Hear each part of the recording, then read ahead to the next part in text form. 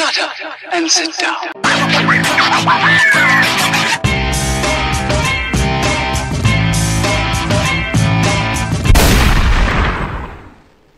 Booyaka, booyaka. Anyway, welcome everybody. How you doing? This is Louis Delgado, street certified dope doctor, the better, or the dopest half, not the better half, the dopest half of Dope N Dharma. Wow. Here on the show today.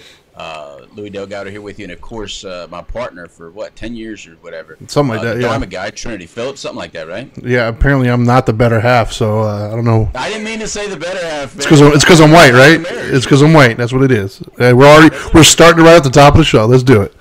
Well, I could have started by saying this is the final show of Dope N Dharma. It might be. It might be. But anyway, let's go ahead and introduce our guest here today. This is a real important show today. Look, man, today we're talking about an issue that is on everybody's mind. Whether you're talking about it or not, it's on your mind. It's talked about it all day long, everywhere, every show. There's so much going on, so we just felt it right to talk about it and be open about it. So before I get into more of that, let me introduce to you who's with us, because if you're visually watching this on one of the Facebook channels, like facebook.com/WPSN99 or one of our personal pages, you could see us. And so who you see right here is the hosts of Let's Talk Nation on WOKB 1680, the same channel that we're on every Monday night. They're on from 7 to 8 p.m. at WOKB. We're on right after them at 8 p.m. So it's good to have them on this show right here. It's Greg Jackson, attorney at law, Esquire. It's Greg Jackson, Esquire, and content creator, right? There you go. There you go. And then we got Rod Love. He's a former commissioner, and he's a businessman in our area here of Orange County, Orlando area. How you doing, Rod? I'm doing well, man. Thank you all for having us. Fantastic, man. Well, it's great having you guys, and thank you guys very much for, on such short notice, agreeing to be on. We did not want to have this conversation without people that can actually, I guess, give us good information, solid information from a non-harmful place. And when I say that, I want to preface everything today, just like I wrote on the page right now. I said, be respectful. We got to be respectful when we have this conversation. Mm-hmm. I know that we all have feelings attached to the subject of racism. Whether they're valid, whether invalid, or whether they come from your youth, or whether they come from just something that happened yesterday. We all have an emotion attached to that word race and racism. And so we need to be very, very conscientious that your opinion is important to you, and we want to respect that. But all opinions at least should be discussed. That's how we have moved forward in life, I feel. I feel that's how we have progressed in this country, is through dialogue and conversation rather than holding people silent or keeping them silent. So that's why we're having it today. And then, with that, I want to start off by one main thing, Trinity. And I think that we cannot discuss racism without understanding what the word is. I think that everybody seems to define it just a little bit differently, right? So Right. I think it's important to even understand, like when you hear the word racism, what does it mean to you? Oh, so okay, good, because I was getting ready to go look it up, because you had me look it up the other day.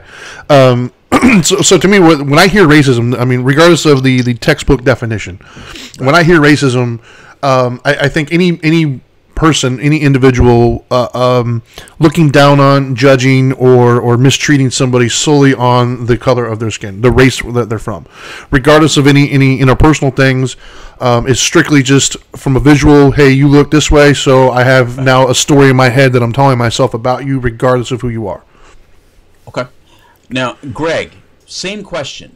When you hear the word racism, and again, it doesn't have to be Webster's definition, because obviously we saw the Anti-Defamation League, they've actually changed the definition regardless of Webster. So, Greg, what do you hear when you hear the word racism? It's a very interesting question, because coming up, I went to a historically black college, a university, Florida A&M University. And one of the things that we were taught is that racism is power-based. And so what they would tell us, which is kind of interesting, is that black folks cannot be racist because we don't have the power base in order to be racist, meaning that even if we were prejudiced against someone, because it's much more than just prejudice, it's the ability to keep someone from doing something or to get into a certain level in life. And so for me, the word racism is having the ability to not just be prejudiced against someone, but having the ability to keep someone from getting to a certain position that they aspire to be in life. Very good. Very good addition to that. And then, of course, Rod, you, same question. What is racism? Well, I'm gonna take the baton from Greg and run with that a little bit more. And I'm glad Greg framed it the way he did, because you don't have to be white to be a racist. That could be across the board. But when I think about a racist, I think about a person that they're predisposed when somebody of another race walks through the door, and they predispose as to what they're thinking about that person, and if they are in a position of power, to actually be discriminatory, if you would. And I was just having a conversation earlier that nobody cares what color I am in operating my business. What they care about is the quality of service that they're receiving from my business. So, we don't get to the black and white anytime soon. We get to the quality of what it is I'm delivering. And that's, that's my position. Right. And, we live in a state, and Greg, you're an attorney, you understand this. We live in a state where we don't even have the word rape in our legal system. It's sexual battery, right? Yeah, right? That's right. Sexual assault, sexual battery, yeah. Sexual assault, there you go. Sexual assault, sexual battery. Those are the words that we tend to use in this state. Not that rape is not used in other states, but in this state, it's sexual assault.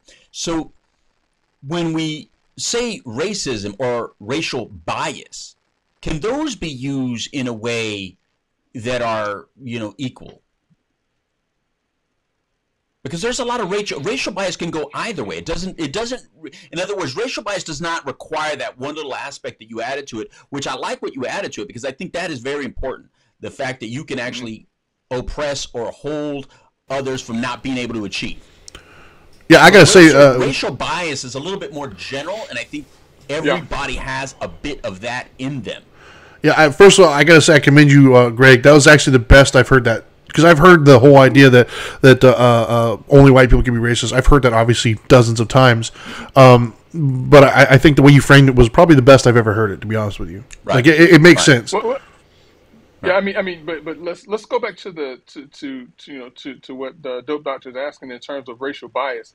I think that just in the general sense, as Brother Love said, all of us have some form of bias, and whether it's a bias because of the color of someone's skin, the bias because of where someone is from, the bias because of the type of business that someone does.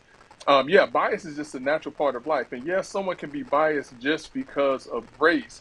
But I think that you can have a racial bias, and I know that some people are gonna freak out when I say this. I think that you can have a racial bias without being racist, or without racism coming into it. Let's look at some of the folks that we decide to communicate with, or that we put into our inner circles, and look at that circle and see what those people look like, and that can tell you if you have some type of a bias. But right. It doesn't make you racist. It doesn't make you racist, but it doesn't make you racist. You just have a certain bias. Yeah, right. Right. But a friend to Let's Talk Nation, and I'm going to take a page from Dr. Randy Nelson, who travels the country in doing implicit and racial bias training. One of the things that he talks about is the example of a person being predetermined to have this bias, if you would, until a person that they believe is racist until they act. So a good example of that is, you have an individual that is flying the Confederate flag riding down the road. You could have a black police officer pull over a white individual that's flying the Confederate flag. And so you could actually have law enforcement that is predisposed as to who this person really is until that person opens up their mouth.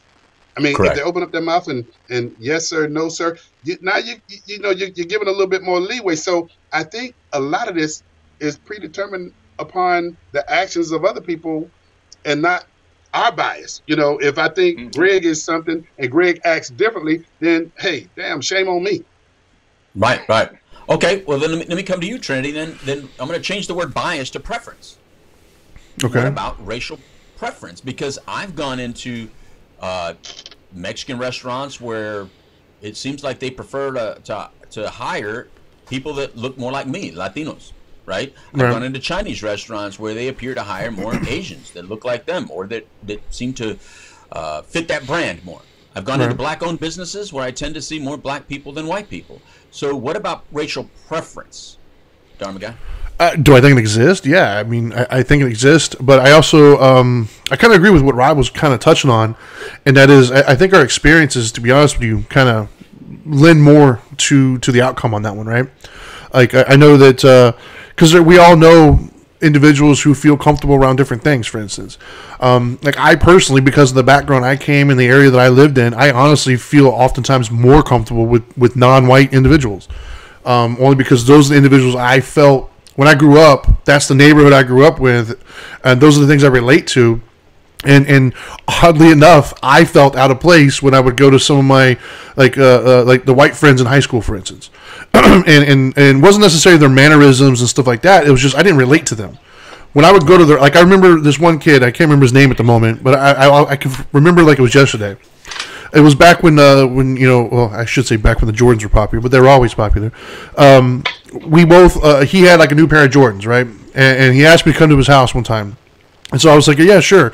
And when I went to his house, just pulling into the neighborhood, I immediately felt like, whoa, this is not what I'm used to. He had like a 2-story house. His parents were doing well with, you know, and when I go into his house, everything was just nice. It was just definitely an income level that I was not used to.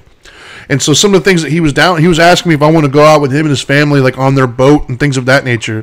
And I was just like, I just felt like a fish out of water, right? Because it's just not what I was used to. And so when I would get back home, I felt more comfortable in that area. So for me, is there a preference? I think we do have preferences, and I don't know if they're as much racially preferenced as much as experiential, like things I can relate to. Well, I think you're bringing up something that we can get to right now, and we can knock that one out pretty quick. I think is when you tend to speak to white people about these issues, what I tend to hear is them speak more about this is a financial issue, right? This is an economic structural difference, not necessarily a bias or racism. There's a lot of, and I get it, because in the Latino community, it's about name and family, like where you're from. Like I come from a very good family. I come from a very good name. So we tend to experience a lot of privilege in Mexico and in Puerto Rico. You know, my family did not come from poverty. I'm not from the hood. You know, I know that a lot of you watching this or listening to this think all Latinos come from the hood. So there's we don't. We come in all shades of colors, even though Florida's just dumped us to be black. Brian Flores, the coach Flores, and we'll get to that. He's actually a Latino, but he could be black for now. That's all right. I understand. But Latinos come in all shades, in all financial steps. So we don't have a lot of that stuff, even though we have bias. There's a lot of bias towards darker Latinos from the lighter skin. That's always been historical, like that same kind of problems. And we could talk about those other countries as well. But what about the economy? So because when I see Greg and when I see Rod every Monday night, these guys dress well. Both you guys dress well. You do financially well. So there might be some bias towards you guys because of that, isn't there? Well, Dope Doctor and Greg, we just had Dr. Shirley on the show Monday, and you talked about when we are interacting back, you know, when we interact with the community. I think that's an important point, Greg, if you'll take it from there. No, absolutely. I mean, you know, from the standpoint of when we go into certain communities, and about certain communities, I'm going to just say lower socioeconomic Black communities, they feel as if we cannot relate to what they are, what they're dealing with. And so, yeah, there's a lot of pushback against us, even though we look like them, because we don't sound like them, because they feel we don't have the same experiences. Then all of a sudden we're not like them. We're not from their community. But I mean, if they did a deep dive, really and truly, into Rod Love and Greg Jackson, they'll see that we came from some very humble beginnings. I mean, I've told stories about my upbringing that mirrors what we see in some of these communities right now. But if folks don't know that, they feel that they can't trust us to know what they're going through, when actually we can, and we can actually talk to them about how we got to the levels where we are if they just listen to us sometimes. Right. Yeah, can I comment on that real quick? I like that you brought that up, because I have friends from various different walks of life and various different shades, I guess. But I have a couple of my friends that I like my brother from another mother, man, Terrence. I've been best friends with him for over 20 years now. And it irritated the hell out of me when I would be with him and I would hear other people like they would comment on it, and they would ask him like, "Why are you trying to be white?" And it would irritate the hell out of me because I was like, "What does that even mean?" And they would the examples that they would give is like being well dressed or well spoken, things of that nature. And so I agree with Louis when we see you guys, and I joke all the time, and it's funny, but I'm dead serious. You guys both dress like freaking ridiculous. You guys make me feel like a slob when I walk in sometimes. You are. And I'm okay with that. Doesn't even bother me. Like I've made it work for me over the years, right?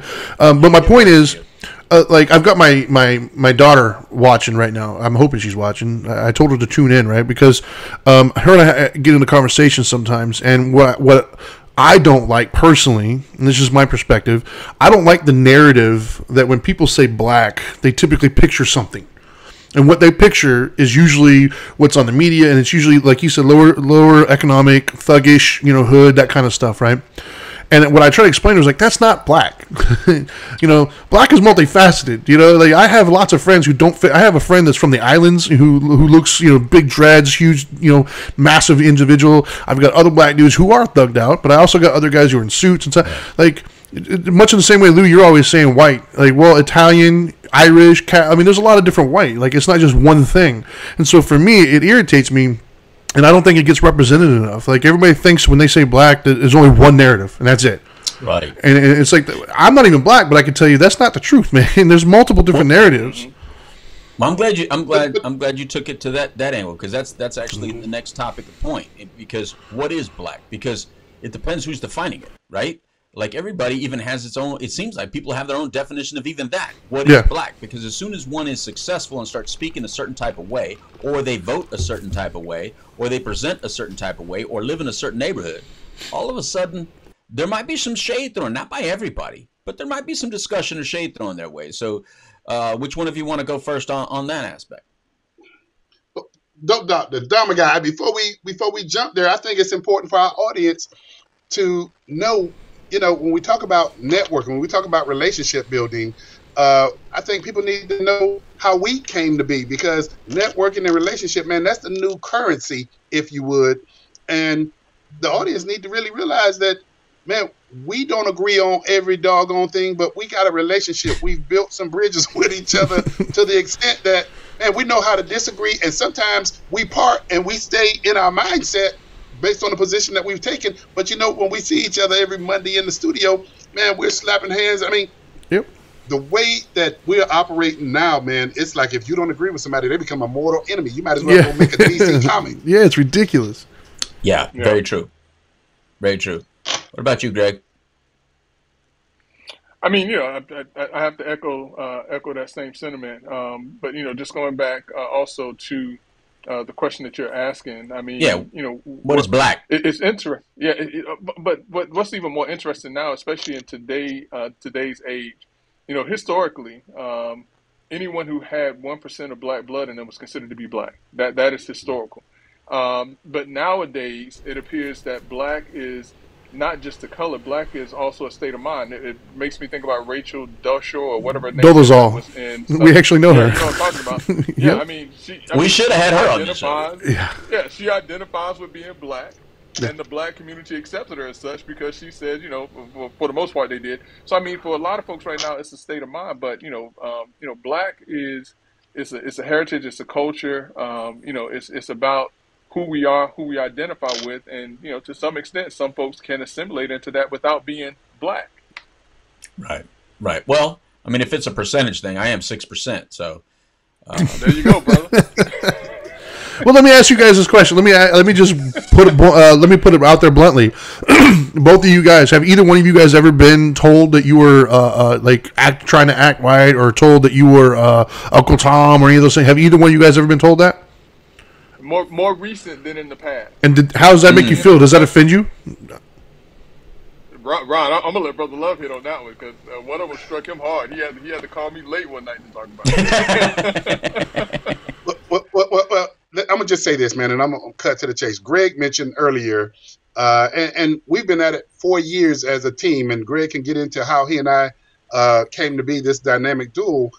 But man, we actually, we identify the problems and we go to it, man. And sometimes when we go to it, what we bring to the table is not welcome, and it blows us away. But then, in addition to that, I served as Orange County Commissioner. I served out the rest of the term of Brian Nelson, and I was identifying things in the community that have been neglected, underserved, and from a certain segment of the community, man, boy, I tell you, I was Uncle Tom. And what really hit me, and this is the conversation I had to call Greg one night and get some therapy. Hey man, I could take it, but you do that stuff around my family. That's when it really hits home. So I could take all of that because I'm looking at results. I'm looking at moving the pendulum forward. A lot of folk can clap the chops, and then you look back and say, okay, what is it that they're doing? Well, they're making a lot of noise. Right. And so the answer to your question, oh yeah, man, we, Greg and I both, we've worn that Uncle Tom, but then at the end of the day, man, let's measure what it is we're talking about. And I can measure a $500,000 training facility. I can measure an increase in affordable housing. I can measure every time you call me Uncle Sam, I can measure that folk, not just that look like me, but folk that's impoverished, folk that are in need, they're benefiting from the advocacy that's taking place. So, yeah. Yeah, I've always seen that are hurtful to people and my friends. And, it even happens, to me, because as soon as you're Latino, like, look, in my Latinos that are listening and watching or whatever, you guys know how we are. As soon as you're, there's another Latino in power and you know that you're like, hey, well, you expect some special treatment. There's this conversation. That used to really bug me a lot, in my coming up in this area, because I never looked at it I do come from a predominantly Latino area, so I guess I didn't really see it like that. But all of a sudden I'm in this more diverse area and I saw like people expecting better treatment or special treatment just because they were Latino. And it was like, no, man, you still got to qualify, bro. You still got to do it. I'm not going to hire you. I'm not going to do that for you just because you're Latino. I'm not going to give you this just because you. What is that about? They go, you know how we are, you know how we are. I get that all the time. Well, you know how we are. I'm like, well, no, my family may be different than yours. There's some things that are similar, but there's always differences, and that's okay, man. But there's no one way Latinos act. So can you put it to rest that there's only one way that black people act? Even though we had a person going up for presidency that says, if you don't vote for me, you're not. I thought that was pretty offensive, but I didn't see him take enough flack for that sentence. If you're not. If you don't vote for me, you're not black. Like, what did that mean to both of you? Because both of you are very different. Both of you vote differently. Both of you come. I like what you were saying, so I do want to get to how you guys met, because you guys come from very different sides of the political fence, right? But what did you guys think individually about a sentence like that? In two letters, I thought it was BS. Okay. Yeah. We're on the internet. You can say the real word, man. We're good. Yeah. It was bullshit. We can call it that. That's fine. I thought it was very offensive. The fact that you're saying that if I don't vote for you, I can't have my own free mind and my own way of thinking about things. And if I disagree with you, that means that you're taking away something from me that you can't take away from me. But the Democratic Party, in my mind, if we can talk politics just for a hot second. Of course, you can say anything you want. Yeah, the Democratic Party, in my experience, and I'm a Democrat. I mean, listen, it's well known, but I get a lot of pushback because I say things against Democrats because I feel like just because I'm a Democrat, people expect for me to vote for someone just because they're a Democrat. And Rod and I, no matter what our affiliation is, we always say we vote people over party, because just because I'm black does not mean that I'm gonna vote for a Democrat. And for the then presidential candidate to say something like that was extremely offensive to me, and gave the indication of just how little they respect the African American vote to say something like that. You vote for me because you're black, right. and you have no other choice. It's just me, and that's it. Right. Okay. So going along with that, is it not equally offensive that and again, both? Well, Trinity, are you registered independent like me? I don't know. Is that a personal question? No, I'm independent. Okay. So Trinity and I are independent. Greg, you've already said you're Democrat. Rod, what are you? I'm a Republican. Okay, so we got all sides. Nobody's libertarian here, but as independents, I think sometimes we kind of agree with libertarians. I think that's kind of why we're independent sometimes. But all right, so going along those political things, then we had a vice president possibility, or she was still in the running. We know that she was in the legal system, right? Was she a prosecutor? Is that what she was?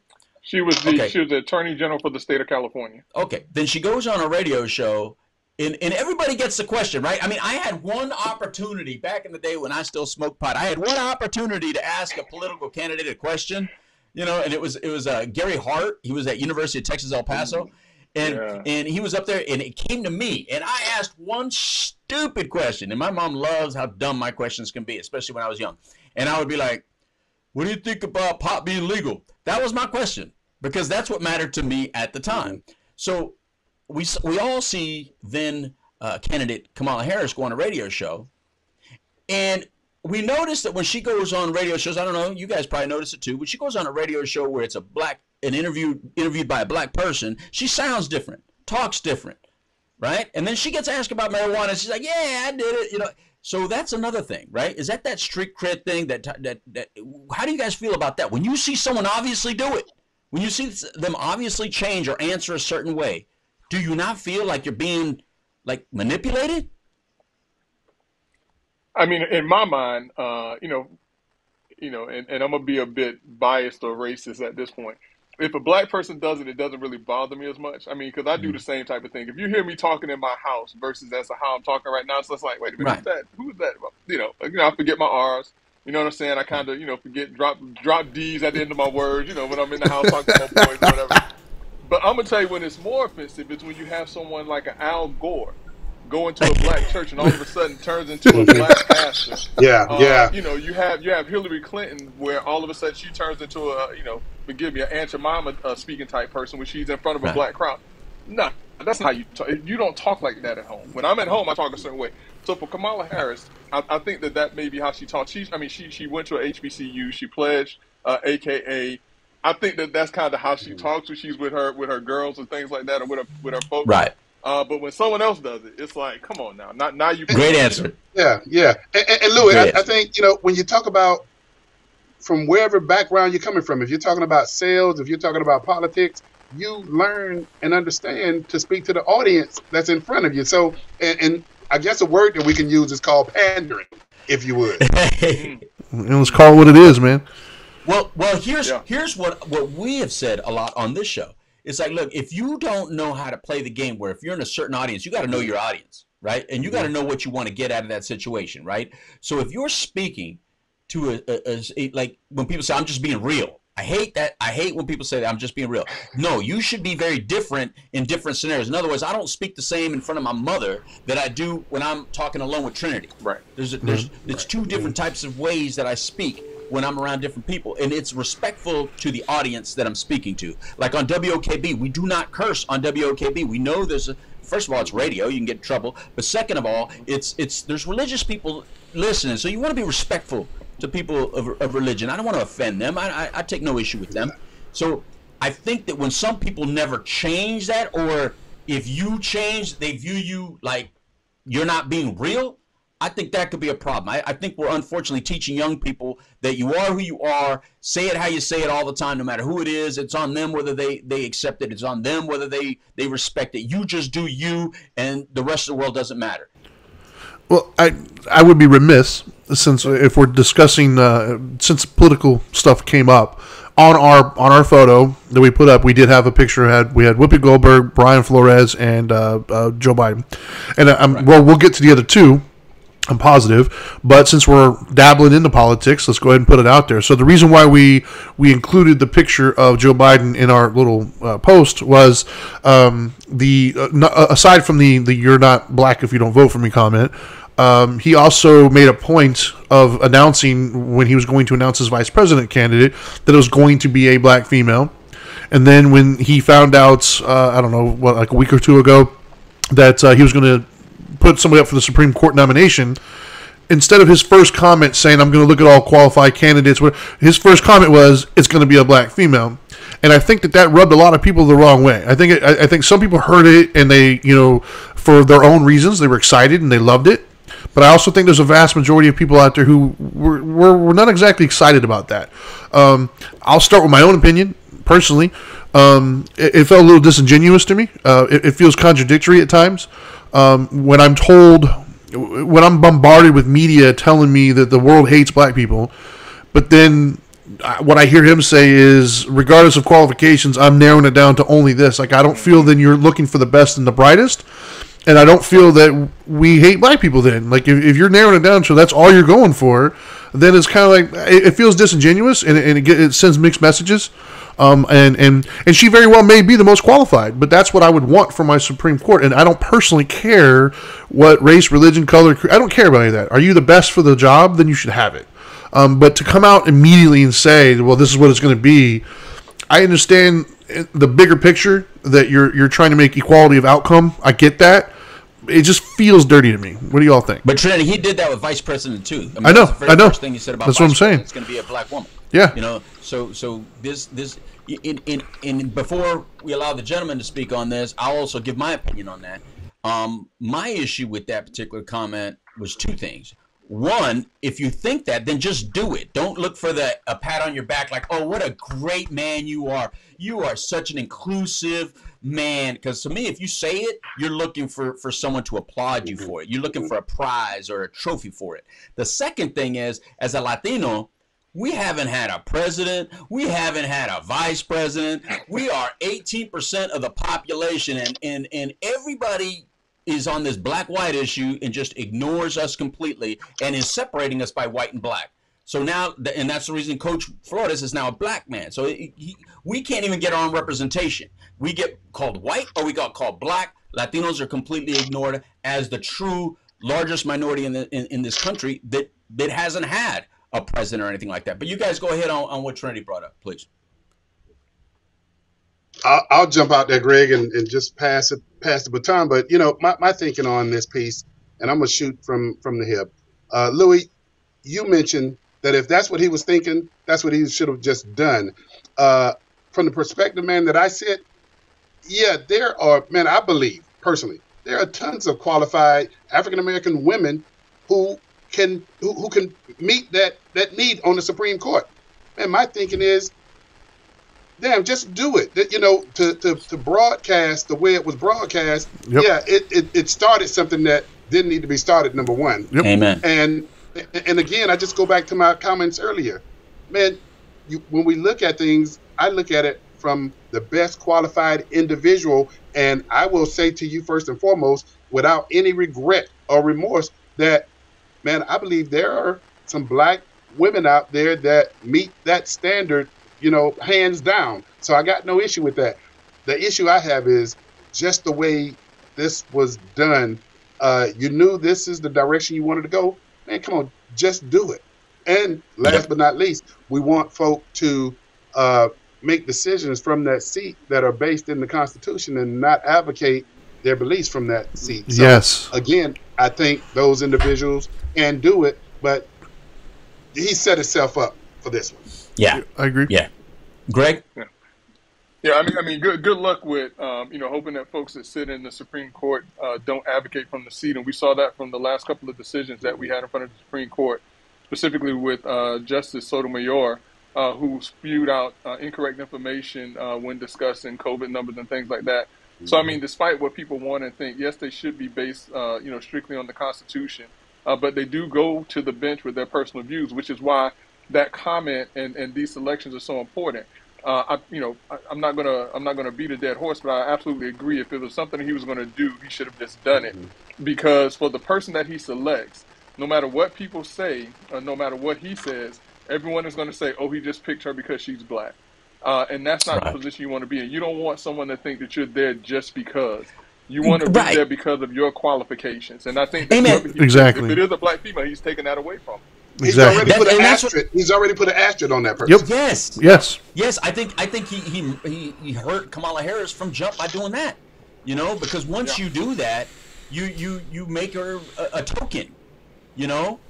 Instead of being a qualified candidate, you know what I mean? You make her a token. Now, there's some questions that we got to get to these questions. Trinity, did you have something? Yeah, I'll read it. Well, I was going to say, from my perspective, I think what it really kind of does, aside from taking her qualifications from her, is it further divides us. Like, it made it an issue, man, because the people who are already sketchy on either side, you just gave them ammo, man, whether it's true or not. Like, you further push people away. Like, I have friends on both sides of the thing here, and all they're doing is getting more entrenched in their views right now. Yeah.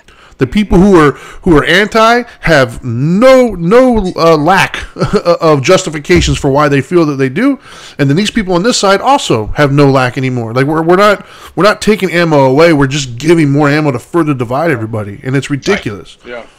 Yeah. So we have some comments here and some questions. Let me go ahead and get to those while we wait. Go ahead. So, Skylar said I am, so she is watching. Hey. Yeah. Then Marissa, my mom, actually is watching as well. Hey, Mom. She said, yes, people over party, which means your mom is probably watching, Louis, because they're the only women in our lives that watch. Our wives don't ever watch us. So. Marissa says, if I disagree with the disabled community, they tell me I'm ashamed of my disability. We are all different, every individual, and we all have our own minds. Not comparing the disability to race, but it is a part of me and my everyday life. Then she followed that up with, I'm assuming she's talking about Kamala. I think she was pandering because the rappers she said she listened to in college weren't around yet when she would have been in college. And then David Knight, a good friend of the show as well, commented and says, thoughts on the most recent statement from the White House. Dr. King's assassination did not have the worldwide impact that George Floyd's death did. Circumstances like these seem to show that the Democratic Party is doing more harm than good while attacking the parties that have done more for minorities in the past than the woke left. And he put that in quotations. And then Marissa followed that up with, great question. I'm interested in the answers from these gentlemen. Louis for president. And it says... No. Yeah, right? Nope. She said, she then followed that up and says, I would never want a position because, all capital, I'm a disabled woman, unless that's part of the position description for all applying. And then David, the last comment here is from David that said, the approach to striving for equality of outcome is a fool's errand. It cannot be done. At best, all you can do is try and root out any systemic racism, ageism, sexism, etc., and make spot adjustments when you find specific cases. That's what companies do when they do equality adjustment or equity adjustments. Now there is a way to achieve equality of outcomes, but to do it, you have to abandon merit-based pay schemes altogether and have the government standardize wages by job category. That's been tried in the Soviet Union, China, and elsewhere, but it makes people miserable. I will comment on what he just said. That is 100% true as far as the equity and equality. There's two different things, and I think people get that confused. The equity and equality thing essentially is equity is outcome and equality is opportunity, right?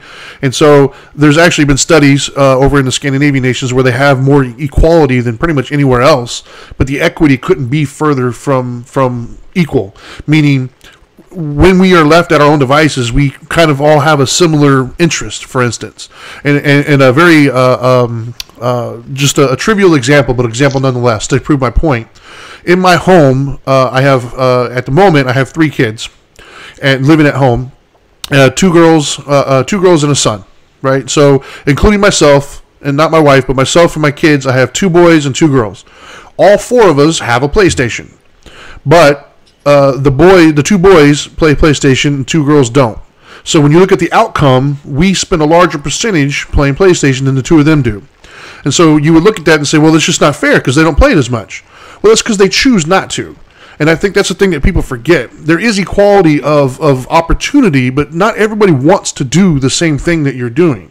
And people forget that. So, when they say things like, well, how come there's not this many X, Y, and Z on this? Well, maybe because they didn't want to. They didn't choose that path in life. And people they confuse the two too oftentimes. And then they want to start justifying it by saying it's ageism or it's sexism or it's racism or whatever. And sometimes, as Occam said, it's the simplest answer is the true answer, and that is they just don't want to do it. That is an example. So, okay. So there was a lot of questions there that we had heard, about the Martin Luther King thing, George Floyd thing. Any comments on any of that stuff while Trinity was reading that, or does he need to remind you what the question was? No, I think Brother Love said it best. I mean, that sounds like pandering to the 10th degree. I mean, let's not belittle what happened to George Floyd. It was a horrible thing. We all saw that it was horrible. But it also showed us that here in this country that the legal system can find that an African American male was wrongly, murdered by a white person. Because remember, that was a big deal. Are they going to find that a white man killed this black man? Of course they are. This is the United States in 2020. So I never had any doubt in my mind. But to compare a George Floyd in a moment of time of what he went through to a Martin Luther King who gave his entire life to the uplift and to the betterment of an entire race of people, I think is not only pandering, it's not only offensive, it's disingenuous, and it's not being honest about the contributions of Martin Luther King Jr. To put him in that same conversation. No, not to belittle what happened to George Floyd. That was horrible. That is horrible. I don't think anyone is going to say anything different, or very few people may say different. But to put him in the same breath with the great Dr. Martin Luther King, I think is ridiculous. I agree. Trinity, just an observation, man. We all are very cognizant of this cancel culture, if you would. And when I listen to those questions that came from your listeners, I sit here and I think to myself, man, how is it that we can raise the volume, the voices of those individuals that are really giving us something constructive? But then we have to kind of sometimes tap around things. Yeah, we're going to come at you and we're going to be real. But unfortunately, man, we got to be very cognizant, too, that there's a silent. I mean, it's easy to sit back for a lot of people on these keyboards and come at you. Where are those same voices that I just heard? Because you guys, man, you got a powerful listening base. To continue to build that listening base like you guys have, that's really is what's needed to empower the kind of conversations we're having here today. Even if we don't agree on everything. Exactly. So let's take it to a more difficult subject, shall we? Since we're talking like this. Accountability. Do you feel, and it came through a question, so I'm going to read the question out, and then let's think accountability, okay? Should the black community speak out more against black-on-black crime or black criminals, or is it the fear that in doing so somehow gives power or credibility to the racist person? That's a damn good question. Brother Love? Greg, I notice you keep throwing me out there, but I'm gonna go with it because Greg is a hell of an attorney, so he keeps me straight. But I'm gonna just say this because Greg and I have been doing this for the past 4 years. And you guys, you were on our show and we touched on this conversation. When we have to hold, and we do, law enforcement accountable when you have some bad apples. By and far, man, I'll throw my hands up and tell you, I support law enforcement to the hilt because they do a great job. But yeah, there's some bad apples out there, and I like Chief Rolon, I like Sheriff Lima. Those guys are leaders. But then I also am looking at the numbers, and I'm looking at, you have a 3-year-old in a community leaving their daycare and get shot and killed in broad daylight, and nobody saw a thing. And when I see that, when I hear that, we got to change. There's something that has to happen in the black community that this is not going to be tolerated. And until that takes place, man, we're going to continue to have these episodes. And I will say this to you, and I'm not going to speak for Greg. Hey, man, I'm sick and tired of participating in any kind of fish fry or barbecue to help pay for a funeral. I want to go upstream and deal with why are we dealing with this kind of stuff right now. And so from that perspective, I co-chaired Mayor Deming's Orange County Citizen Safety Task Force. Had 4 pillars: prevention, intervention, and something that we don't like to really talk about a whole lot, but the enforcement and prosecution, which is equally important. So those are some of the things, man, that I think when we see some of the issues, and they're constant, let's don't act like it's hit and miss. Unfortunately, it's taking place on a regular basis. Yeah, we got to be far more aggressive, but it's just not us. We got to have those individuals in those communities that are leaders speak up, and let's get the action, man. Right on. Greg, same question. Any thoughts on that? Because it does appear that when it's black on black crime, it doesn't get as much uproar and stuff. So I can see why the person asked the question.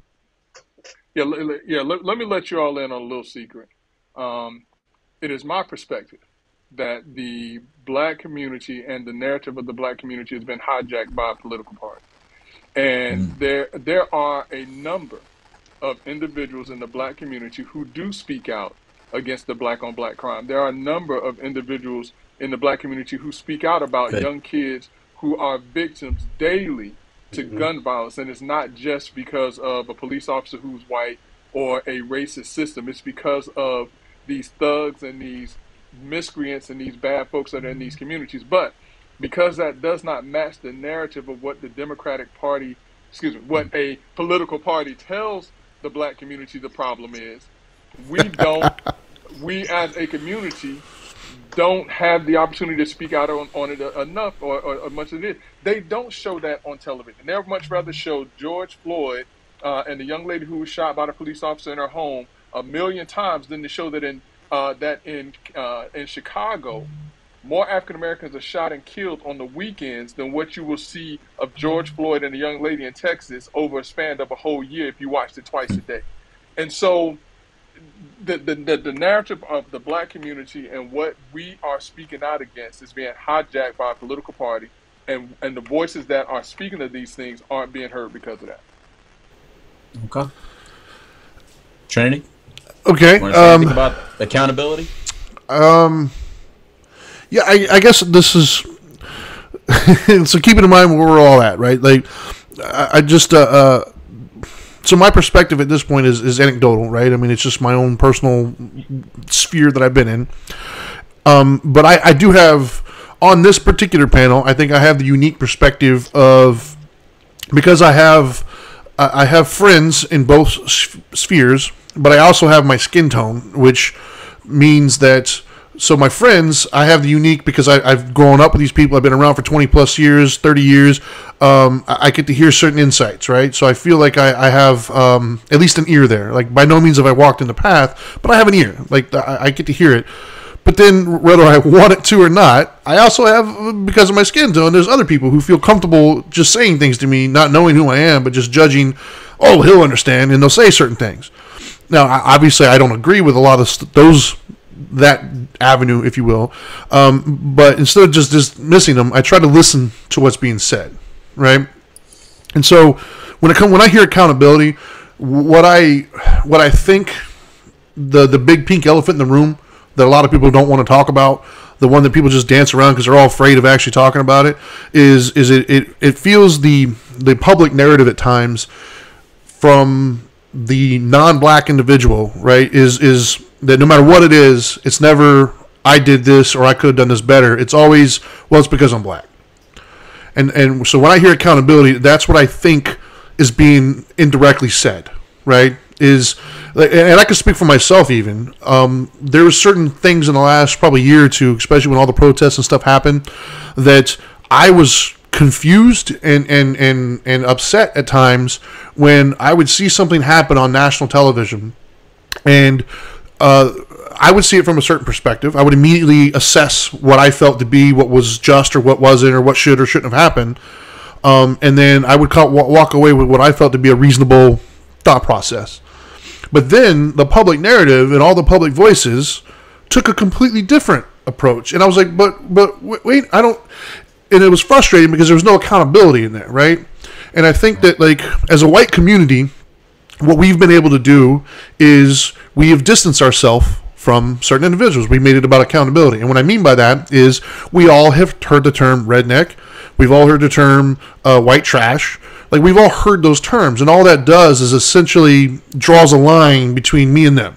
Oh, that's, yeah, they're white, but those are white trash. You know, that's different. Like, you know, we've distanced ourselves from their behavior. So when something happens publicly, I'm not expecting anybody to look at them and say, oh, poor. No, I'm like, no, they're retarded. Look at what they did. That's white trash, right? But I don't see that same sentiment in the black community sometimes. Like, when something happens and the person was obviously in the wrong, like, what they did was just atrocious, instead of saying, yeah, I don't know what that person was thinking, no, it's like they did no wrong and it was all this person's fault because they were black. And I think that also contributes a wedge between us, because as somebody who loves everybody, essentially, it's hard for me to put my arm around that, man. It is. Like, locally we had Marquise Lloyd. And that dude was a POS, man. He was just not a good person. But a lot of the local black community would come out and say, oh, another black man getting hurt. And it's like, but you don't put your arm around him, bro. Like, that's not a good representation. And it's okay to distance yourself and say, you know, what I would personally like to see more of is the black community come out and say, no. That's not black. That's a thug. That's not one of us. He deserved what he got. He shouldn't have done what he did. That was BS, and he shouldn't have participated. Like, more distance. That's what I hear when I hear accountability. And I think in that, the second part of that question, I think that's why it's relevant, because I think we have a fear when, you know, look, in psychology, we call it learned helplessness, right? We all understand learned helplessness. Once you feel like, you know, there's no way out, then you just give up. Well, I think we're creating a learned victimhood in the youth population, not just black kids, but I think all kids. There's this whatever issues you had. So if you were traumatized, or if you come from this family, or if you happen to have this sexual identity, or if you happen to be this color of skin, there's like a learned victimhood that you can't come out of. And to come out of it, oh man, you're a hero if you do well, but it's expected that you won't do well and you can't do well. And so it's I like to bring people up. I like to talk positively. I felt like I was a very angry young man that blamed a lot of the things that happened to me on me being a Latino, on me being a certain way. I got called racially biased names by law enforcement, by other people. It was a very different world back then. And I look at today and I go, wow, man, you know, the whole country of white people did not hate me like I thought they did. I've actually been embraced and loved, and all my comeuppance of who I am today is because there's a lot of good, loving people in this country that were not highlighted in my youth, or that I didn't allow to be even in my sphere in my youth. So I have a very different perspective these days, and I'm not angry these days. And what I've learned is, because of I dealt with my anger and I dealt with my pain, I allowed myself to listen and be connected to people that think differently than me today.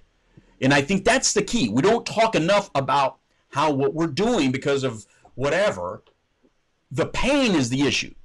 The people that tend to go down these narrative rabbit holes, and I'm not saying the political parties, because the political parties know what they do. They're very schooled. They're very educated.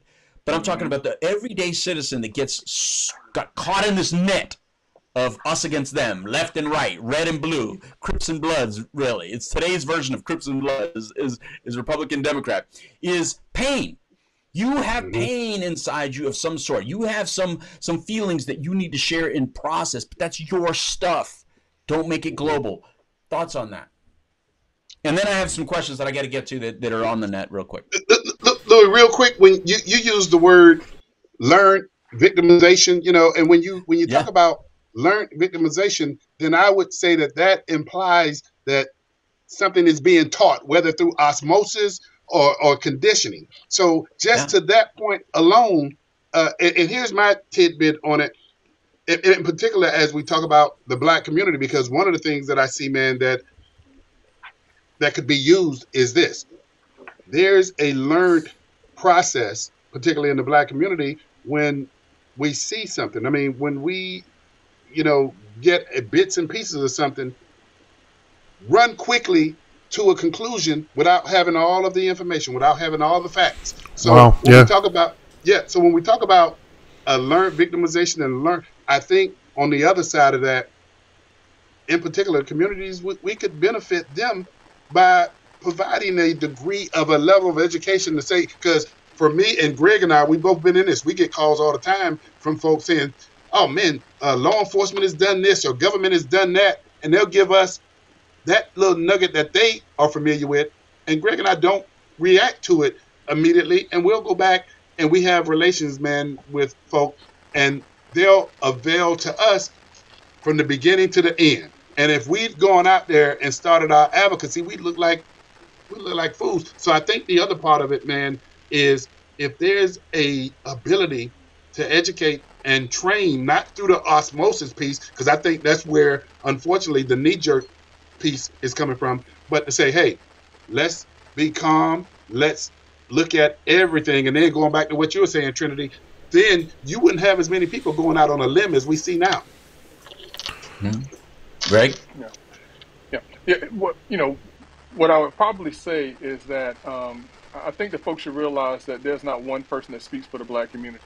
And so, you know, a lot of times when you hear someone not being accountable, or someone that's saying that someone, you know, didn't do something wrong when they clearly did something wrong, those are the ones that are selected. And I hope I don't sound like I'm making an excuse. Those are the ones that are selected by the media and by whomever to put that particular message forward. Because if you talk to someone like me, you talk to someone like a Rod Love, you talk to some of the other folks that we know, if you ask them, was Marquise Lloyd a POS, they'll tell you, yeah, and twice on Sunday he needs to fry. They'll tell you that outright. But they didn't go and talk to those people. So, you know, in terms of, you know, the black community speaking out, the black community does speak out. It's just who is heard when they are speaking out. They pick and they select who is heard on those topics, because the black community has spoke out on a number of different issues and topics, you know, about what's happened. And you'll probably find that I'm not in the minority in the way that I think, but my voice is not being called on to talk about these things. Brother Love is not being called on. The people in the community are being called on to talk about those things that sound like us. So I don't want folks to think that the black community as a whole is not condemning certain things. You're just only hearing the voices that the ones who are in power allow us to hear, the media. So. You know, you speak such a great point, and you know, and here's probably one of the biggest differences too. See, because in if we're going to say the white community, even though it's German, Irish, Scottish, there's so many different kinds, right? You have a lot of different networks that you're comfortable with and have been watching for years. A lot of news coverage, but Spanish, same thing. We have the largest TV networks in the country. We have the largest radio networks in the country. So we have our own channels. You know, so you know we see our differences within that. Black people don't really have that, right? So you know the array, right? Because it's still in process. I mean, it's happening. It's just not as widespread. So some of it gets filtered through all these other networks. So I agree with you. There's definitely some changes there, because I do know that when that Asian on Asian, when the Asian violence first came out, it seems like they wanted to throw it in that white supremacy narrative until they realized, it's mostly black people attacking Asians. Pull it. No more Asians being attacked. You know? I mean, it got pulled almost instantly. It lasted like 24-hour news cycle about how Asians are being attacked, and then as soon as they realized it wasn't fitting the white versus black versus white narrative, they pulled it.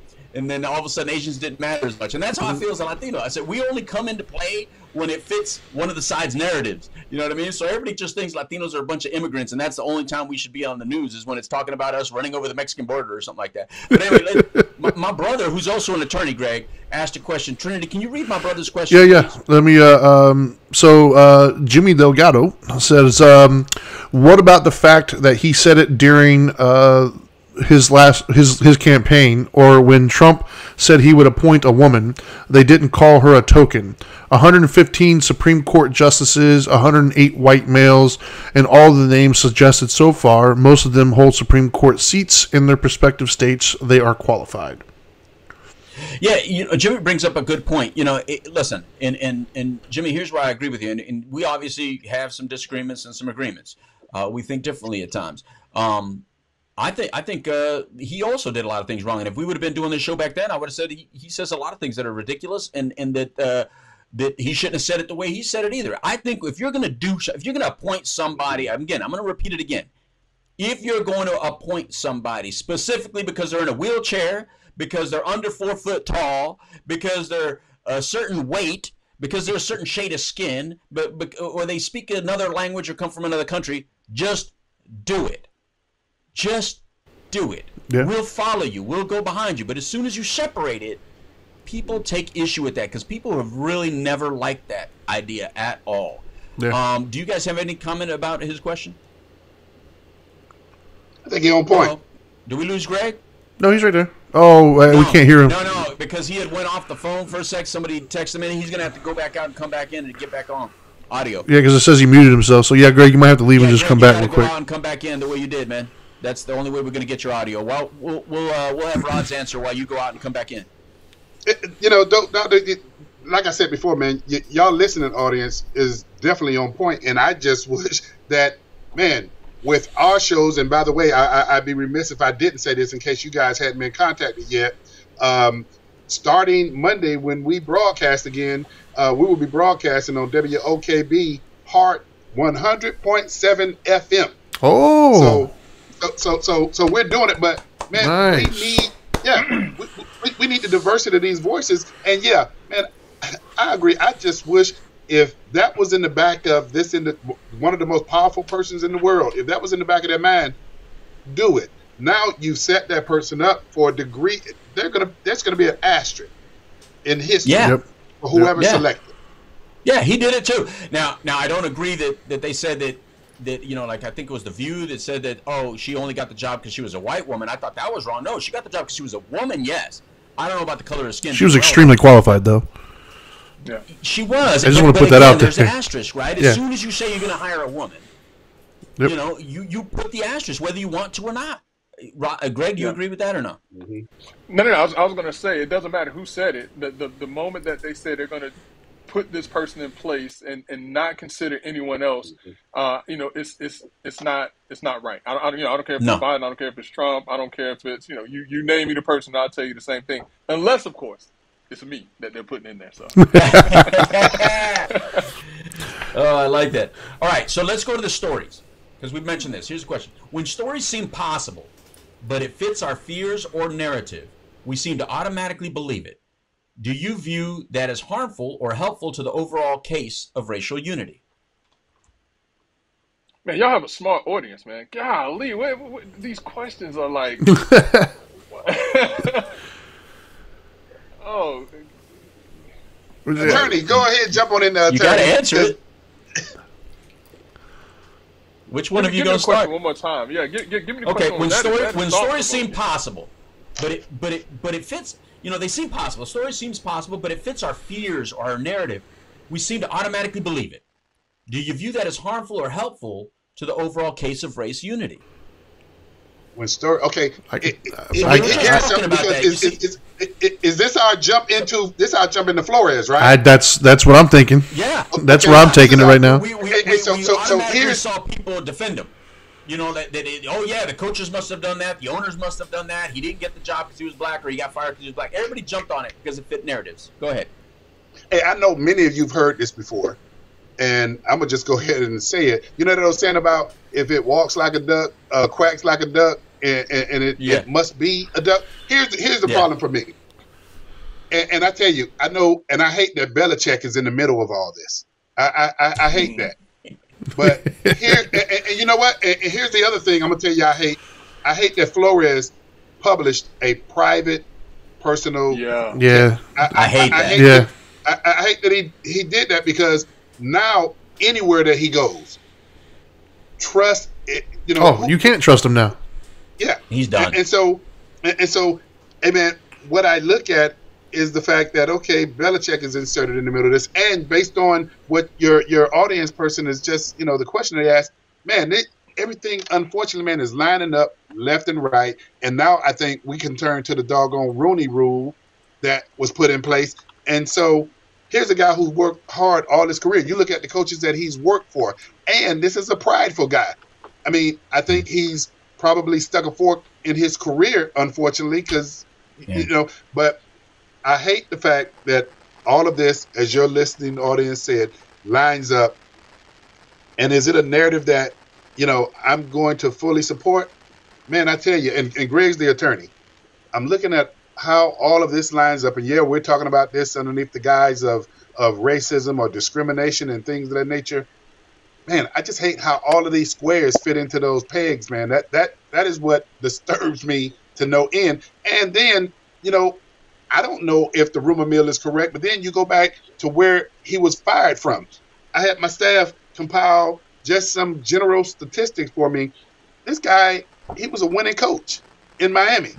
He was an actual winning coach. And then you come back and you see this piece of the conflict that he had. His management style might have been a little gruff, and that I don't think you account for whether or not a person's white or black. Hell, they say Nick Saban management style is a little tough, but he's a winning coach.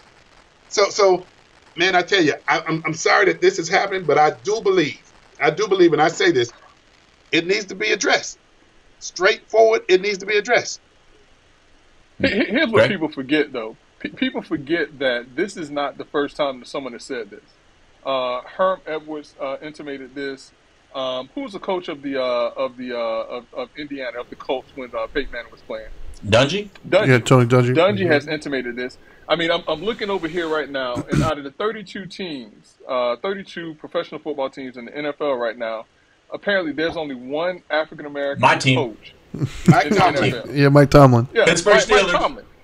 Yeah. Now, when we look at the numbers and the stats, and I just look at numbers and stats, it appears to me that Brian Flores was a immensely successful coach for the Miami Dolphins. I mean, this is the first time since 2003 that they've had back-to-back winning seasons. He took the team further than what they've been in almost 2 decades. Why wasn't this guy looked at? And then the other thing, too, he came from under a winning system. Think about all the other coaches who coached under Belichick who are now in the NFL that are being wildly successful or partially successful. Why is it that this one guy who was successful with the team that was on the losing side of things, sorry, Brother Love, why is he not coaching in the league right now? And so it does beg the question of, is there something going on, and is it something that needs to be looked into? Now, if there's nothing to it, there's nothing to it. Right. I got a thought on that now that I didn't have. Same here. That I didn't have before, because I like Brian Flores. I do too.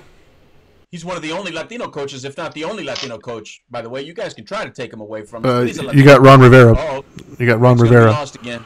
Greg's gonna have to go back out and come back in again. Yeah, you got Ron Rivera, which is Hispanic. There you go. That's true. All right. So I like Brian Flores, but the answer to that, or at least a new caveat to this is, what if what we just saw him do with the text messages are indicative of the type of person he kind of is? So now there's a new little thing in my head, because at first, oh man, Flores, how can you get rid of Flores, man? I mean, come on now. But then I look at, oh, wait a minute, maybe he has some personality things that rub people a certain type of way that we just saw with the revealing text messages. Apparently, if he was told to lay off games and lose them, but didn't say anything, now he's choosing to say something. How convenient. Maybe he's one of those dudes. Maybe he's one of those guys that, he's your buddy when you're with him, but the minute you disagree with him, he becomes kind of a, can I say this, Trinity? Can I say this without getting too much hate? Go for it. Kind of act like a bitch now. You know what I mean? Sure. Why you now go? What, now you're gonna bitch about it? Now you're gonna say something? How come you didn't say something before? If you had a problem with him before when he was paying you, you were cool with it. But now he's no longer paying you. Oh, now you want to out everybody. You want to out Belichick. You want to out the owners. You want to go after the NFL while you're trying to get a job at the NFL. So we might be seeing part of a personality that maybe when he interviews, they might catch it, because these interviewers are no joke, man. These people, they're hiring high-level positions. You're talking about billionaires. You're talking about people that have made more money than any of us have ever seen. Maybe they picked up on a personality trait that they said, this is not the person I want to ride along with. Yeah, they may win, but there's something about this personality I'm not cool with, and I don't know what it is, but there's something there. Louis, but just maybe, and we talked about this earlier, just maybe, and I like how Greg gave us the definition of racism, and the fact that, unfortunately, some people, when they think racism, they think one particular ethnicity possesses that ill will. That goes across the board. We've already talked about that. But just maybe, is there enough latitude to say that this could be a situation where that took place? I mean, we've discounted, we've opened up for the audience to give their thoughts, but when they go back to Greg's definition and everything, and I look at what's taking place here, come on now, I do believe that it exists. No matter what color, you got black folk that are racist. So I just don't want to discount the fact that this could be one of those cases. And I'm not trying to discount it. I'm just simply saying that when you interview somebody, there's other stuff they're looking at, and it could have been something else. And so I agree that there should be. But Louis, they didn't interview him. They didn't interview him. He got a text message from Bill Belichick. But the Giants interview. But I apologize, Brother Trinity. But let's, if he had not released that text message from Bill Belichick, no one would have believed him. And the fact that So the whole issue was he was told to lose games and he would get $100,000 bonus. The fact that he didn't do it shows that he wasn't going along with the system anyways, and so he felt like, listen, I got these guys a winning season. Maybe that was just a joke. Maybe they're just gonna, maybe that was just a joke that he told me or something like that. But then when he gets fired and he has a winning season, and he goes back and is like, wait a minute, this cat was trying to tank me from the beginning. So like I said, I mean, I don't think no one would have believed him if a Belichick text message, and yeah, he shouldn't have done it. He should have said, a reliable source and whatever. But if that Belichick text message was not in the mix, who would have believed this guy? Well, I think, and again, I guess we got to let it play out. It's going to be fun to watch play out, and we are going to see it because now the Giants are saying that, wait a minute, we had not selected anybody. We had only done a Zoom call. We don't hire anybody via a 20-minute Zoom call. We hadn't even interviewed that coach yet. So it's going to be interesting to see how that particular thing. Well, I mean, any more thoughts on it? Oh, yeah, I've got plenty of thoughts on it. So for me, the problem that I've been watching this whole thing unfold, the problem I have is it doesn't feel like it feels like in these situations, the critical thinking kind of just goes out the window, right? And it feels so good, man. It feels sexy as hell to be like, oh man, there's racial issues and all that. It feels good, man. It feels sexy. It sells papers. It does. It really does. Or anti-rich too. Yeah, but for me, it doesn't. But for me personally, looking at it from a critical perspective, it doesn't pass the smell test. Certain things, right? And I'm not saying that there was no racial undertones. I don't know. I wasn't in those rooms. But in order for somebody to get me to buy onto that narrative, there's going to be some. I want some questions answered, right? And what I mean by that is number one, Brian Flores getting let go from Miami. To me, it seems like somebody. It doesn't matter what color of the skin. They just didn't toe the company line. I'm paying you millions of dollars. I'm telling you to go lose some games. You said no. All right, then I'm going to replace you with somebody that will. I'm signing the check. You're not towing the company line. You're gone. It doesn't matter what color you are. Like, I make billions, homie. Yeah. I'm paying your check. You're going to do as I tell you. Hold on. I got more. Greg is the attorney here. Now you're talking about an NFL owner telling a coach to lose games. Man, absolutely. It's illegal. Yeah. Of course. I'm not saying it was right, but there's a different issue, though, between being right and wrong and being racial. Like, you know what I mean? Like, there's also a different issue about catching a case. True. Tell us about catching a case. But see, the other thing that for me doesn't pass the smell test, right? The other thing for me is, and Louis, you and I both have a billionaire in common, right? You and I both know very well our local billionaire, and we've been in his circle for several years now, and watching them move and interact, there's one thing that I've picked up more than anything. Money is what matters to them. Money. And so I've been a fan of the football NFL now for my entire life, so over 40 years now, and it's come to I've seen individuals have court cases still getting signed on to NFL teams. So it's been my interpretation that what the NFL cares more about anything else is winning and money. Yep. And in other words, you could be the worst person on the planet, but if you can help us win, I'll overlook your court case and go ahead and give you a contract because I think you could sack the quarterback for me. And so if these billionaires are so concerned about winning, I have a hard time thinking that they're not hiring somebody that can help them win because they're black. Like, I don't think that they're going to have a roster or an employment of like 70% African American, paying their assistant coordinators, paying home office, paying the players, but they're going to draw the line at head coach. Don't hire him because he's black.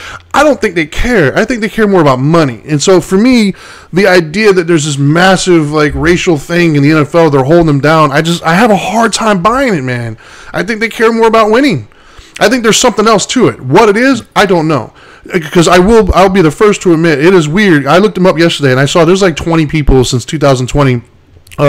Since the reading rule stuff, there's 20 black head coaches, and I think that's not enough. Like, I think there's plenty of them. I can't tell you why some get hired and some don't. I don't know why Bieniemy has not gotten more opportunities and stuff. I can't tell you why, but I can't tell you why Jason Garrett was in Dallas all that time. He should have been fired a long time ago. And so I don't know if this is what I think, my personal thing. I don't think it's a racial thing. I think what it is there's no blueprint to win. There is no, because if you look at the Cowboys roster on paper, they should win, but they don't. Right. And there's no blueprint. So everybody's just trying their best to figure it out. Everybody's just trying to catch lightning in a bottle. They don't know what they're doing. They're trying to find the next big thing, and it's all subjective, right? So you have an interview, and you're thinking, is this person, because they're all qualified. You know, they all have the qualifications. So who's going to give you that it factor that next, like, gets you over the hump, and either you feel it or you don't. Now, we could argue, I think race comes into it in a biases type of thing, meaning I'm more comfortable with people who I'm around, right? So if you got a white owner and a white coach, maybe they feel like this leader of men is better at it, and they're giving them a more positive slant because they're the same race. I'll buy that. But the fact that they're purposely holding people down, I just don't buy it, man, because it's all about money at the end of the day. Green is the only color that matters to them. I think you made some great points, and I think one of the things that you had me thinking about when you say that there's been that many coaches that have been given the opportunity for at least one season is it makes you think, okay, well, then we have to look at why haven't they been able to retain it? Like maybe there's less tolerance for losing when somebody isn't from your clique.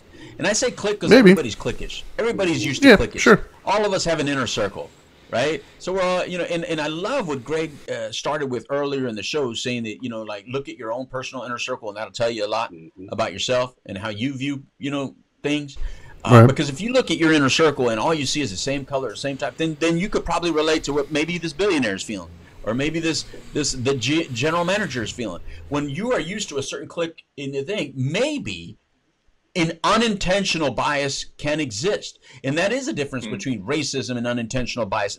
But that's what's good about having these conversations, because if that is the issue, and they put it in their head, wow, man, it is possible. Because here I've interviewed a bunch of people, and man, how come I haven't even put one on the list, or how come they haven't reached the end? Now I don't want them to reach the end just because they're black, but hopefully these conversations at least allow someone to look at themselves and see if they have some unintentional bias. And I think realistically, I think what exists most in the United States right now is all unintentional. I think the I'll agree with that. Have been on the run for a very long time. We have progressed a hell of a lot. I agree with that. But there's still a lot of unintentional bias from all sides. I think Latinos have it a lot. See, I always joke with Trinity. I say, look, we are some of the most racist creatures on the planet. Trust me. It's crazy the way Latinos talk when they think it's all Latinos in the room. It's like, whoa. And I'm sure it's like that when it's all black people in the room. I'm sure it's like that when it's all white people in the room. It's no different. It's like it freaks you out. But then we all get together and it's all, only white people do that. So I love that these conversations continue to open things up like that. But on the Brian Flores thing, I think we're just going to have to let it play out. On the NFL thing, I think we're just going to have to let it play out. I don't think there's I think this opened up a can of worms. I don't like personalities that tend to do that. I think that the old street thing of snitches get stitches kind of thing, it's always funny when people talk like that, because it's like, look, here's another example. Somebody, as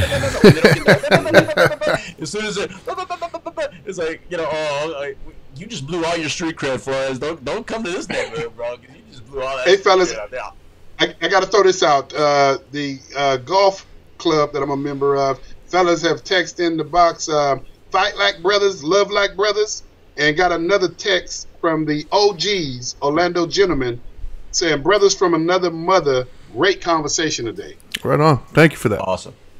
I love the fact that he says he belongs to a golf club, by the way. It's awesome. You just tore up your black card. Right. To some people, right?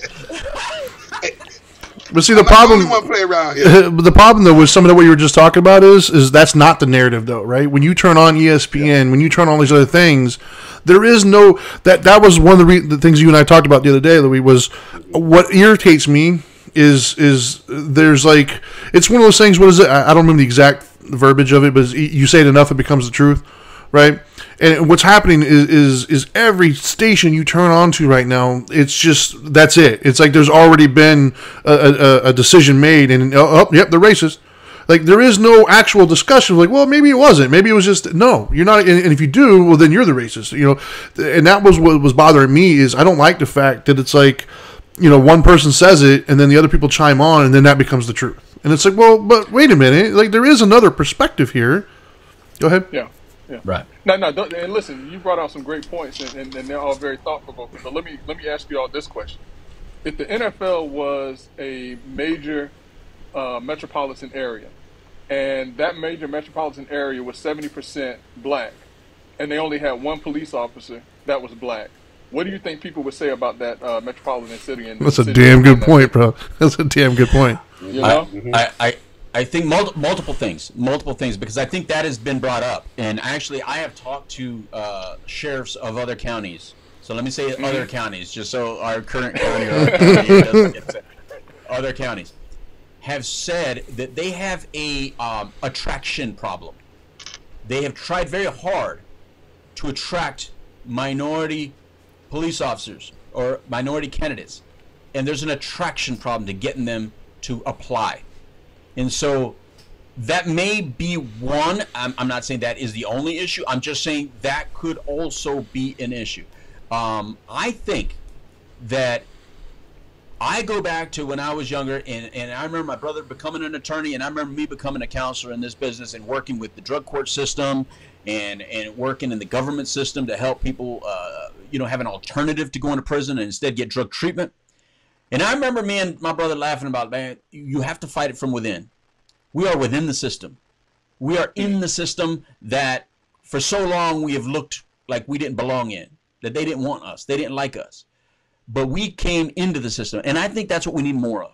We need more of you out there that feel disenfranchised, that feel that you're segregated against. Whether it's true or not is irrelevant. If you feel that way, that feeling is valid, and therefore you should become part of the system. But don't become part of it by yelling loud, burning shit down, and just being upset. Because anybody can be upset and just talk shit. But are you going to do something about it? And to do something about it, you got to speak with a kinder tone, but most importantly, you have to listen. You have to listen to what the other side is saying, because maybe there's a different perspective that you just haven't heard because your feelings are in the way. Your emotions are caught up in it. Your fears and your anxieties and all your past pains are caught up in it. But there may be another alternative. Now, we do have to be wrapping up, and I do want to ask this one last, well, it may not be the last question, but this question, because I think it's a very relevant question to what we just spoke. What should our mothers of black children tell their kids about this country and their potential in it? Oh my goodness! I mean, why do we have to just say to mothers? What about what should black parents tell their black children? They should tell them what I tell my children. Every time I see them, this is a great country. This is a land of opportunity. This is the greatest country that there is, and this experiment into democracy is appearing to work because we don't see the freedoms in other countries that we see here. And I don't know if it's because I've traveled all over the world and I've seen firsthand what other places are like. But I tell my kids, this is a place where if you put your nose to the grindstone, that you can pretty much be anything you want to be. Why do you think so many people want to come to the United States? Why do you think so many people migrate to this country and end up being business owners where they couldn't do it in their own countries? So as a parent of black children, what you should tell your children is that if you put your mind to it, you can achieve anything you want to. Are there going to be obstacles? Absolutely. Is everyone going to agree with you? Absolutely not. But don't let that deter you from setting your mind on a dream and having to focus on a dream to achieve those things, because it can be done. This is that country that we can do things that nobody else can do. Look at any other country you want to, and I dare you to find where someone that can come to this country with nothing can end up being a billionaire. And those are real life stories here in this country. Amen. Greg said it all. And when you talk about, it's just not for black mothers to tell their children. It's for anybody. But in particular, when we're talking about the black community, I sit here, man, and bear witness, one of 5 children of a single parent that basically grew up in a community that my mom constantly told us, hey, you keep focused. You prepare yourself. There's plenty of opportunities out there. Don't limit yourself. And then, as Greg just mentioned, look at across the world, how many people want to come to America? So we live in a great country. It's just, man, and you know what? I'll leave it with this. I constantly also tell my children, I've been preparing them for the reality that the world that we live in is not perfect.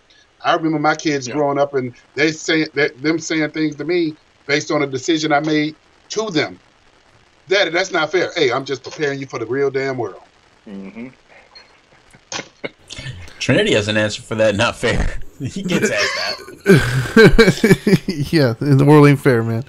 Yeah. No, I would echo both of what they said, and I agree with Rod there. I would say I wouldn't limit it to just moms, and I wouldn't limit it to just black parents. I think that is part of the issue. Is we keep acting, not we, but collective we keep acting like there's this difference between black America, white America. There isn't. We're all parents, man. At the end of the day, last I checked, all good parents just want the best for their kids, want the best for themselves, and we're all doing the best we can. Right? And we have different ways of going about that. So for me, as a parent, I would just tell other parents, black, white, Spanish, mom, dad, two moms, I don't really care, is teach your kids, some responsibility, teach them accountability, teach them self-respect, teach them respect for those around them, teach them, maturity and responsibility, those kinds of things. And they'll do just fine in life, man. Here's, going along this same theme, being the brown guy in the room, so apparently I don't belong in the conversation between white and black, right? Well, technically, in mainstream, you're black now. Well, there's got to be There's got to be a color chart so I can know if I fit. Yeah. I don't. Well, wait a minute. I don't know how my son-in-law is pretty dark Latino. I've got actual black here, so. I don't even know. I have a black son. I have a white son-in-law. I don't know. We always got just comfortable calling ourselves brown. But I've got mixed race kids, so what are you gonna do? Yeah. So let me go to this though, because when we say American, man, I look at it like my family didn't have to come here, to leave a bad situation. My family chose to come here to just have a different situation and have it prosper situation, right? Because I come from a Mexican government family, so that they weren't hurting there. My father was his family was landowners and ranches in Puerto Rico, so he wasn't hurting there. But they wanted, and he got drafted into our military. My dad spent 25 years. He's a retired command sergeant major in the Army. My dad bled for this country. You know what I mean? My dad gave a lot to this country, and he loves this country. My dad loves this country. And my dad faced a lot of injustices that I didn't face early on because he got here in '63. He got here the day Kennedy got shot, the very day Kennedy got shot. And so wow, the kind of injustices that he didn't pass on to me. See, he didn't tell me these stories until I was in my 40s. My dad didn't tell me the stories of injustice until my 40s. He did the right thing. Whenever I would come to my father and I would say, damn, this country's like this, these people like this, because I'm first generation, right? And so when you're first generation, you don't really belong here and you don't really belong there. There's so many books written to the Latino kids of my generation to help us understand what it's like to be this displaced, because you're not Mexican anymore because you live in the United States, but you're not really white American, so you're Mexican here, but you're not Mexican there. You're Puerto Rican here, but you're not Puerto Rican there. So there's all this confusion. So I can understand at least a little bit of what black people must be feeling about, like, where do we belong? But let me tell you something. Every country I've ever been in, all of us are American to them. Whether we're white, black, Spanish, we're all just that American. You can go to Africa and you're not African, Greg or Rod. You are American. You felt this. You've traveled. You know that's true. You go to the Bahamas. They don't even want to be considered you. So like if a Bahamian comes here or a Jamaican comes here, and they go, "Oh, you're black." No, I'm Jamaican. No. They want to make sure I'm Jamaican first, then whatever else you want to call me. So I think we, as all Americans, need to kind of help change that narrative. This division is being created by the powers that be because it fits their narratives, because it fits their voting situations or whatever they're doing with us. But I feel like I'm always being toyed with. I don't want to vote a certain way because I'm Latino. So if you don't like the way I vote, that's on you. That's not your vote. You have your vote. I have my vote. I don't need Greg to vote a certain way. I don't need Rod to vote a certain way. I don't need the Dharma Guy to vote a certain way. I think we all can have our own perspectives and our own choices. That's the beauty of this country. When you look at our military is made up of all colors. But if you would just watch TV and you didn't live within the military like I lived for all those years, you would think that it's only white. You would seriously think that the military is made up of all white people by the way I see TV. But I lived in the military. It's all minority. What the hell are you talking about? It's all minority. It offers an opportunity for you to get out of whatever situation you're in and see the world. Yeah, you'll dedicate some of your years to this country, and you are owned, and you have to do this, and you might get deployed and do all that. But let me tell you something. My dad has been retired since 40-something years old. That man has outlived his retirement. He's lived 40-something years of getting paid for life at a command sergeant major retirement salary. You want to get out. You don't have to dance. You don't have to sing. You don't have to play football. You don't have to. No, you can actually dedicate your life to a country that will reward you for the rest of your life. I think the biggest problem we do, because I think entrepreneurship is beautiful. I am one, and I love it. I think all of us here are those. But you, my friend that's listening or watching this, you may not be that chief. You have to accept you just may be an Indian. And you may do better by just getting a job that you work at for 20 years and get that retirement. That's not talked about enough these days. That's not talked about enough these days. You got everybody thinks I'm just gonna own my own business. Yeah. I'm gonna run my own business. Dude, I've been pushing trade school. $2 million, you could spend all that in a year, brother. I've been in situations where I'm going through certain neighborhoods, and I see a car worth more than the house. I see a stereo system worth more than the car. Dude, nobody talks about trade schools. Trade schools, man. Dude, let me tell you something. We got to get back to the moment. It says, no, we're not all supposed to be chiefs. Yeah. You're right. You're right. And that's part of these conversations, I think, is teaching our young people, listen, use the system that's in front of you. Use it to pay you for life. It's an opportunity. Get within government, get within politics, get a government job, whether it be military or not. You can be within this government and make all the change that you're thinking about. If you think that there's a systematic problem, you can be part of that system. I'm telling you, if you go to the DMV, they're not all white people. If you go to the DCF department, the Department of Children and Family, that's not all white people. I can go to every government system, and I don't see all white people. Do you?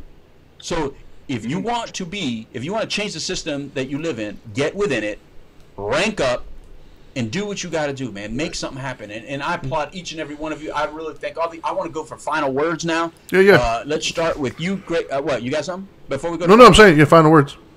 Okay, Greg Jackson, if you can give us any final words, any final thoughts about this topic. We're going to come back to it because we could still touch on the legal stuff. We could still touch on the murders and trials, but I think we save it for a day where maybe something like that is happening, and we're all fired up about it, and people are really wanting to know about it. We'll get back to this. This is not a conversation that's going to end. We started this when we were on your show and our show combined.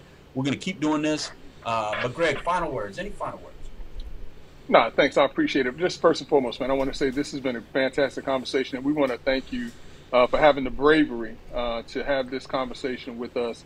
It's not an easy topic, and it's not one that's going to be solved overnight, but it's one that if we at least start having the conversation and continuing the conversation, we can have better relationships amongst ourselves and with each other.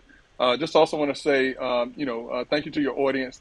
Y'all have some great questions out there, man. And, if they ever find some time on a Monday, 7 p.m. to 8 p.m., they can check us out on WOKB, or they can check us out on iHeartRadio and Spotify. Let's Talk Nation USA. We appreciate you, Dope Doctor and the Dharma Guy, man. Y'all are great, man. Y'all are truly our brothers, man, and we appreciate y'all. Thank you very much. Thank you. Rod. Hey, I'm just going to echo what Greg has just said, man.